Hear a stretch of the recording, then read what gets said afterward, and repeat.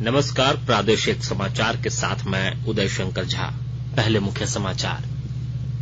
प्रधानमंत्री नरेंद्र मोदी आज पहले भारत मध्य एशिया शिखर सम्मेलन की करेंगे मेजबानी, होगी एक नए अध्याय की शुरुआत।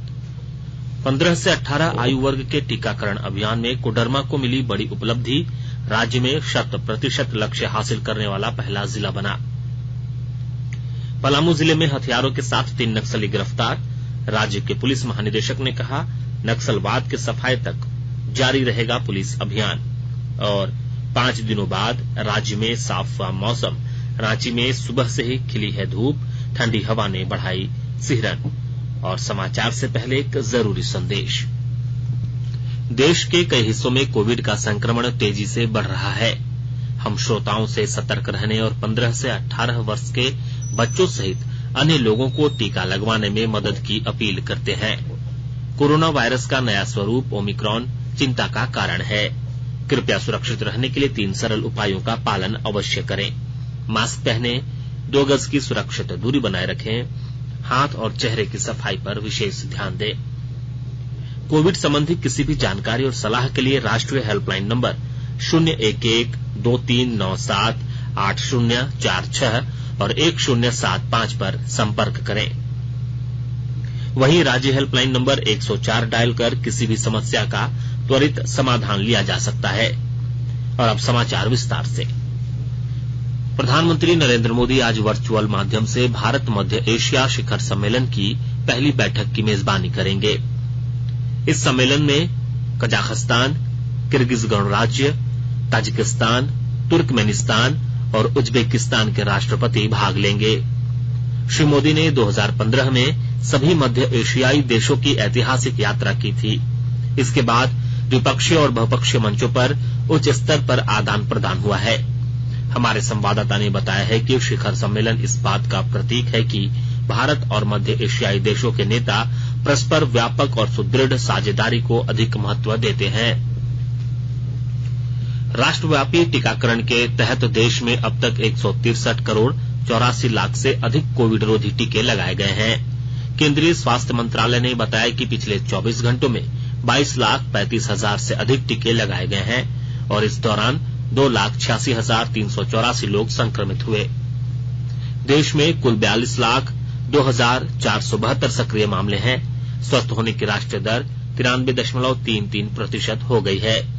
पिछले 24 घंटे में 3,06,357 लोग संक्रमण से ठीक हुए। कोविड महामारी से अब तक 3 करोड़ 76 लाख 77,000 से अधिक लोग स्वस्थ हो चुके हैं। देश में अब तक 72 करोड़ 21 लाख से अधिक लोगों के नमूनों की जांच की जा चुकी है।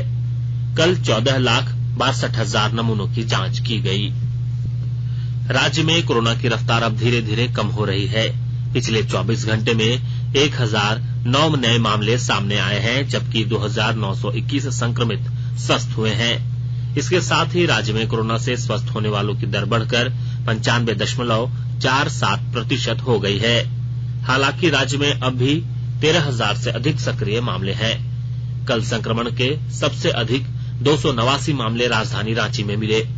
रांची में अब 7,167 सक्रिय मामले हैं। 3 जनवरी से शुरू हुए किशोरों के वैक्सीनेशन अभियान में कोडरमा राज्य का पहला जिला बन गया है, जहां 15 से 18 आयु वर्ग के 100% किशोरों का टीकाकरण पूरा कर लिया गया है। और जानकारी दे रहे हैं हमारे कोडरमा संवाददाता। 3 जनवरी से शुरू हुए किशोरों के वैक्सीनेशन में कोडरमा राज्य का पहला ऐसा जिला बना है जहां 100% 15 से 18 आयु वर्ग के किशोरों का वैक्सीनेशन किया जा चुका है। किशोरों के 100% वैक्सीनेशन को पूरा करने के लिए जिले में टीका महापर्व, टीका महाअभियान और टीका चौपाल जैसे कई कार्यक्रम आयोजित किए गए और इन कार्यक्रमों के तहत जिले के सरकारी और गैर सरकारी स्कूलों में विशेष शिविर का आयोजन कर किशोरों का वैक्सीनेशन किया गया। सरकारी प्रयास के अलावे स्वयंसेवी संस्थाओं की पहल के कारण जिले में 100% 53,000 बच्चों का वैक्सीनेशन किया जा चुका है। गजेंद्र बिहारी सिन्हा, आकाशवाणी समाचार, कोडरमा। केंद्र सरकार ने कहा है कि राज्यों और केंद्र शासित प्रदेशों को अब तक 163 करोड़ 71 लाख से अधिक कोविड रोधी टीके उपलब्ध कराए गए हैं। केंद्रीय स्वास्थ्य मंत्रालय ने बताया कि अभी भी उनके पास 13 करोड़ 60 लाख से अधिक टीके शेष हैं। राष्ट्रव्यापी कोविड टीकाकरण अभियान के तहत केंद्र सरकार राज्यों और केंद्र शासित प्रदेशों को निःशुल्क कोविड टीके उपलब्ध करा रही है। केंद्र सरकार ने संसद के बजट सत्र की कार्यवाही के सुचारू संचालन के लिए 31 जनवरी को सर्वदलीय बैठक बुलाई है। संसदीय कार्यमंत्री प्रहलाद जोशी ने यह बैठक बुलाई है। कोविड महामारी की स्थिति को देखते हुए बैठक का आयोजन वर्चुअल माध्यम से किया जाएगा। दोनों सदनों में विभिन्न राजनीतिक दलों के नेताओं को बैठक में आमंत्रित किया गया है। राष्ट्रपति रामनाथ कोविंद 11 बजे दोनों सदनों की संयुक्त बैठक को संबोधित करेंगे। वित्त मंत्री निर्मला सीतारामन 1 फरवरी को बजट पेश करेंगी। कोविड से बचाव के नियमों का पालन सुनिश्चित करने के लिए दोनों सदनों की बैठक अलग अलग पारियों में होगी। राज्यसभा की बैठक सुबह 10 बजे से दोपहर 3 बजे तक और लोकसभा की बैठक शाम 4 बजे से रात 9 बजे तक होगी। आकाशवाणी के ताजा तरीन समाचारों के लिए आप हमारी वेबसाइट newsonair.com पर लॉग ऑन कर सकते हैं। ताजा समाचार Twitter handle @AIR News Alerts और Facebook page all India radio news पर भी उपलब्ध है। आप प्रादेशिक समाचार एकांश के ट्विटर हैंडल @AIR News _ और फेसबुक, इंस्टाग्राम पेज तथा YouTube channel AIR news Ranchi पर भी हमारे बुलेटिन सुन सकते हैं। प्रादेशिक समाचार आप आकाशवाणी रांची से सुन रहे हैं और अब पेश है कोरोना से बचाव के कुछ संदेश। कोविड-19 से बचाव और सुरक्षित रहने के 3 उपाय। मास्क लगाएं, 2 गज दूरी है जरूरी, सुरक्षित दूरी रखें, हाथ और मुंह साफ रखें।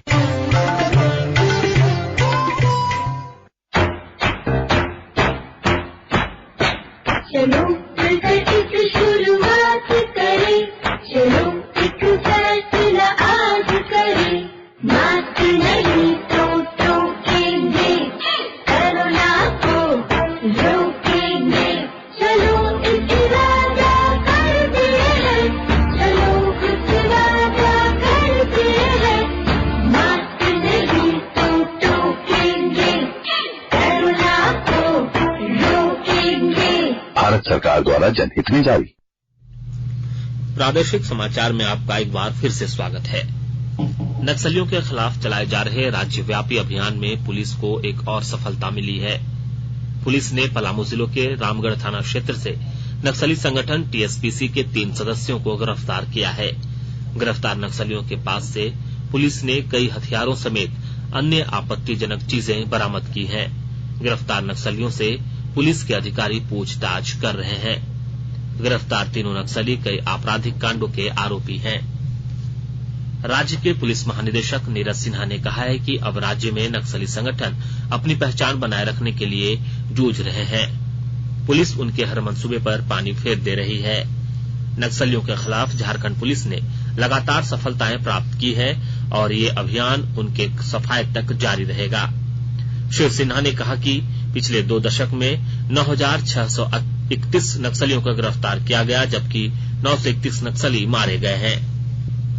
रेलवे ने भर्ती परीक्षाओं की चयन प्रक्रिया को लेकर उम्मीदवारों के विरोध को देखते हुए गैर तकनीकी लोकप्रिय श्रेणियों की भर्ती परीक्षा और उनसे संबंधित लेवल 1 परीक्षा स्थगित कर दी है।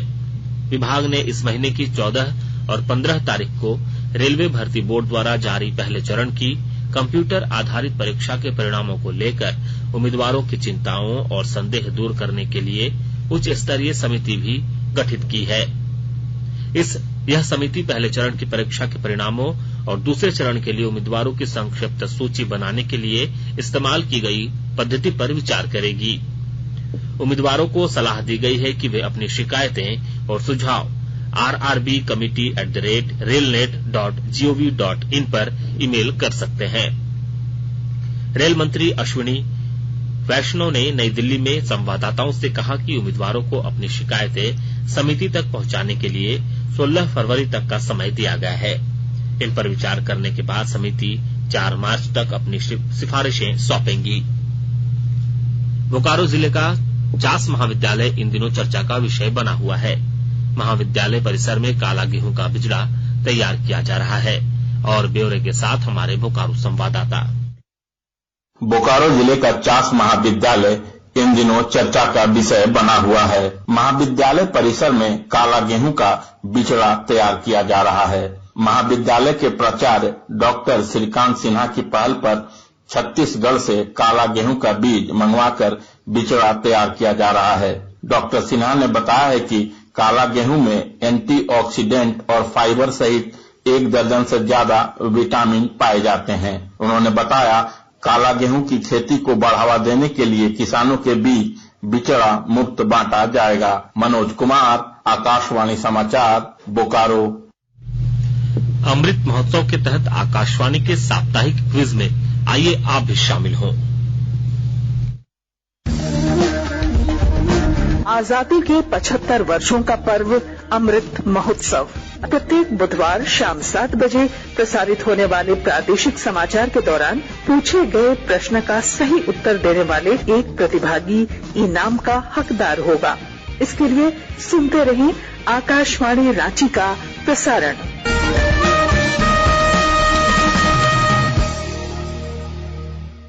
जागो ग्राहक जागो, जागो ग्राहक जागो।